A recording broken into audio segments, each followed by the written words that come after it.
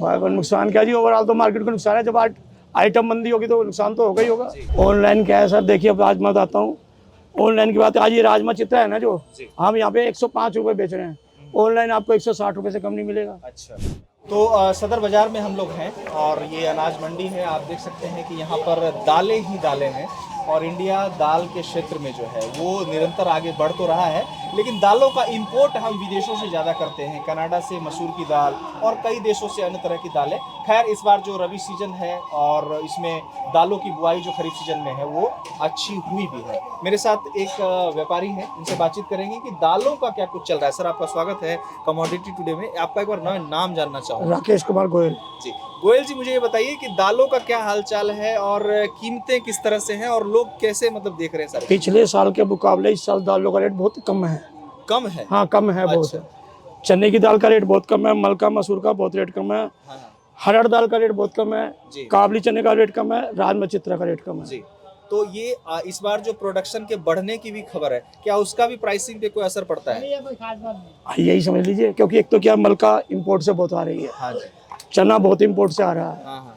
अच्छा तुअर दाल बहुत आ रही है जी। मेन फर्क उसका है। अच्छा। हाँ। तो ये लेकिन बीच में जैसे दालों के दाम घटते बढ़ते भी हैं, तो आपके पास जो थोक खरीदार बड़े बड़े दुकानदार जो आपके पास आते हैं, तो क्या वो ये बातचीत करते हैं कि हाँ कस्टमर्स जो हैं वो अब थोड़ा कम प्राइस की मांग कर रहे हैं या फिर बढ़ गया है तो सेल्स घट गया है, ऐसा कुछ है क्या? एक्चुअल में क्या है, कस्टमर तो जो है ना जी, हाँ जी। जो हमारे से माल परचेज करते हैं वो तो हम उनको मार्केट रेट देते हैं, लेकिन वो अच्छे मार्जिन से बेचते हैं। हाँ। इसलिए पता नहीं चलता कि रेट डाउन है। जी। आज चने की दाल का रेट 64 है यहाँ पे। हाँ। आपको कंज्यूमर में नहीं मिलेगी इस रेट में, हाँ। वो आपको 80 85 90 इस रेट में मिलेगी कम से कम। अच्छा, तो कौन सा दाल जो है वो एकदम ट्रेंड में बना रहता है कि हाँ इसकी बिक्री एक तरह से एकदम मतलब फ्लो में है? सबसे ज्यादा बिक्री चने दाल की। चने दाल की? हाँ। अच्छा, अरहर मसूर का क्या हाल है? अरहर मसूर भी बढ़िया, लेकिन नंबर 1 चने की दाल, अच्छा, क्योंकि चने की दाल से ही सारी मार्केट चलती है। चलती है।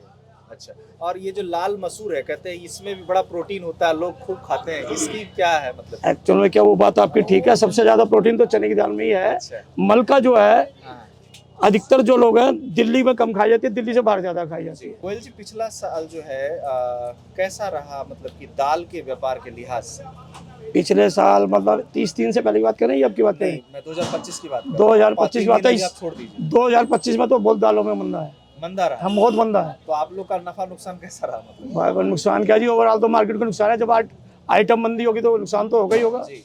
तो जो दिल्ली और दिल्ली से बाहर से जो लोग आते हैं मतलब जो मतलब कि व्यापारी आते हैं आपका खरीदारी में, उसमें कमी ज्यादा आई क्या कुछ मतलब कि फ्लो कैसा रहा? भाई दिल्ली में तो कुछ ना कुछ कमी है पहले के मुकाबले। अच्छा। हाँ, दिल्ली से बाहर व्यापार बहुत हो गया है। अच्छा, एक बात और बताइए, बड़ा ऑनलाइन हो चुका है सब चीजें, अब लोग ऑनलाइन खरीदारी ज्यादा करने लगे, क्या उसका भी कोई असर है आप लोगों पे?